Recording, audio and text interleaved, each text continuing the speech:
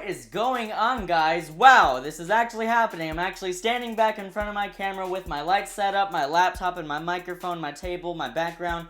This is pretty surreal, actually. I've actually really missed doing this. If you didn't know, I did go on a just over a month-long hiatus. There were some things that I needed to sort out, some goals that I needed to reach, and hey, I reached them. So I am back making videos, and I'm super excited to be doing so, but I don't want to waste your time any longer. Let's get into this review, because I have a lot of reviews to film, and this is number 1 out of 5 on the list. Yeah, I gotta film 5 reviews today.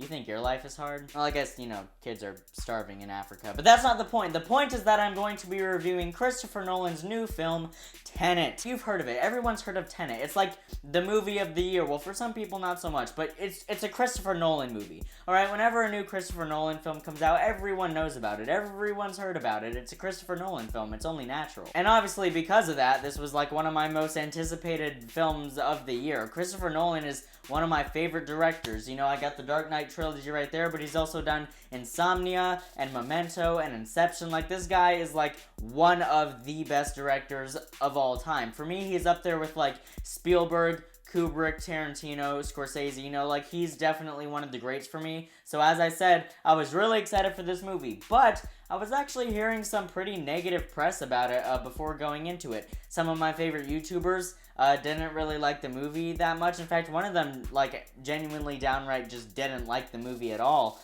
And so when I knew that going in, and I was like, is this gonna be a disappointment? It's a Nolan film. All of his films are so great. Is this gonna disappoint?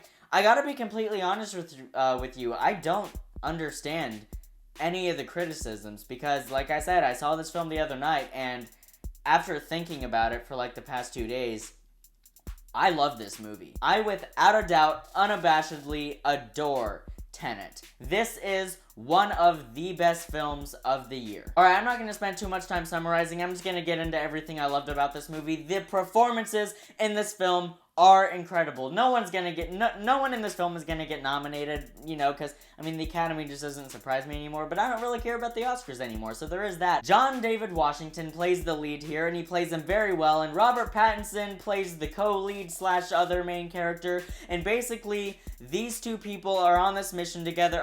Okay, here's the thing.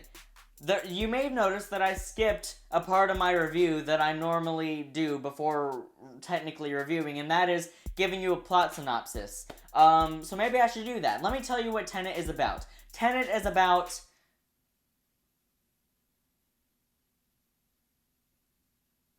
Okay, so there's a guy...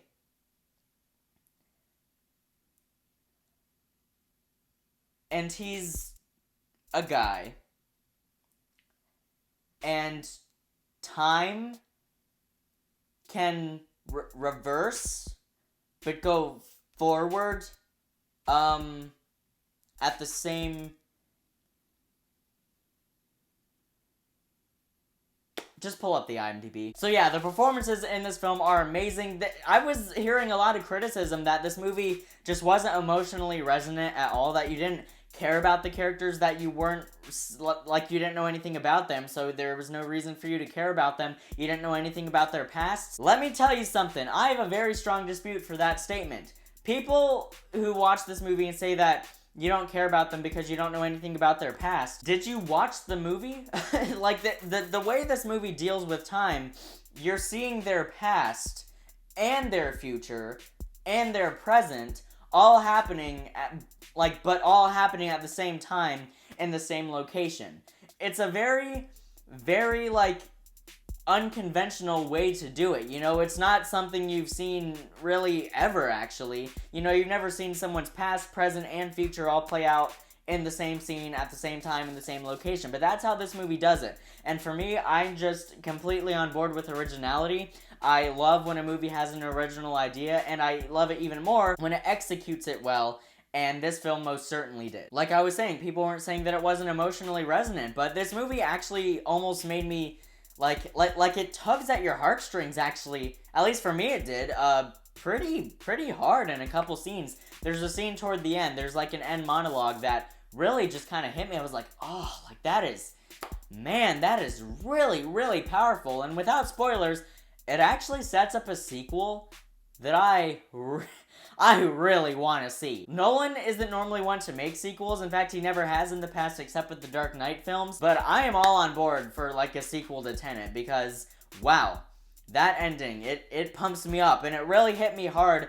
And I personally really did care about these main characters. Alright, let's talk about the action. The action in this film is incredible. It's flawless. I mean, Nolan is a master of action. Even in his movies that had a lot of problems, for example, The Dark Knight Rises. Yes, that movie has a lot of problems, but all the action in that film is flawless to me. That opening scene in that film with the cargo plane, I mean, I'm not gonna review Dark Knight Rises, but you understand what I'm saying. He's able to do so many incredible things with this concept of time moving backwards and forwards at the same time in the same sequence. For example, a building will be exploding and shattering everywhere while also reconstructing itself. That one singular building, just one building, will be blowing up but also repairing at the same time. It's mind-blowing what they've done with this film, and apparently, like, very little CG was used.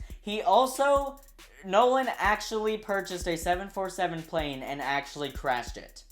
He actually crashed it. That was one of the most visually stunning scenes in the movie, which brings me to another thing that I loved about this movie. Like all other Nolan films, this film is visually stunning. And I'm not just talking about action sequences. You know, obviously there's great action sequences, but visually, cinematography-wise, the lighting, you know, there's some scenes with fire, some scenes that deal with, like, red and blue light that is just brilliant, which, by the way, there's a scene in this film that is so brilliant, and again, I'm not going to spoil anything, but it's a scene where our main character is sitting in a room that's lit in red, and there's another room that's lit entirely in blue, and these two rooms, the red room and the blue room, are separated by a wall. In the blue room, time is moving backwards, and in the red room, time is moving forwards. They're moving in opposite directions, which is brilliant because red and blue are actually opposite colors on the color wheel.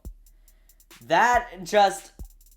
I love that. Like, things like that, you know, things like that, when I see that and I see that, wow, they actually put that much thought into it, that's brilliant. Like, I love that. Also, there's some characters in this movie that you just hate. And I don't mean that in a negative way. I mean that in the best way, because you are supposed to hate them. One character in particular, you hate this person so much, and there's some characters that receive some comeuppance, again, without spoilers.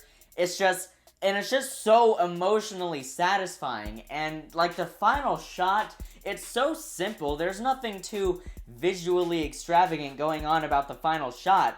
But the emotional context and the weight and the journey you've experienced just made it so just, like, punch you in the gut. Like, just, oh, like, that is powerful. Like, I love this movie. I know I didn't really say much. I only really talked about, like, the action and the characters. The writing is also amazing. Like, Nolan, in my opinion, can't write a bad script. I don't think he's ever written a bad script. He's written flawed scripts, but he's never written a bad one. And this, in my opinion, is actually one of his best. I know a lot of people aren't going to agree with that, but he wrote this script by himself. At least I'm pretty sure he did.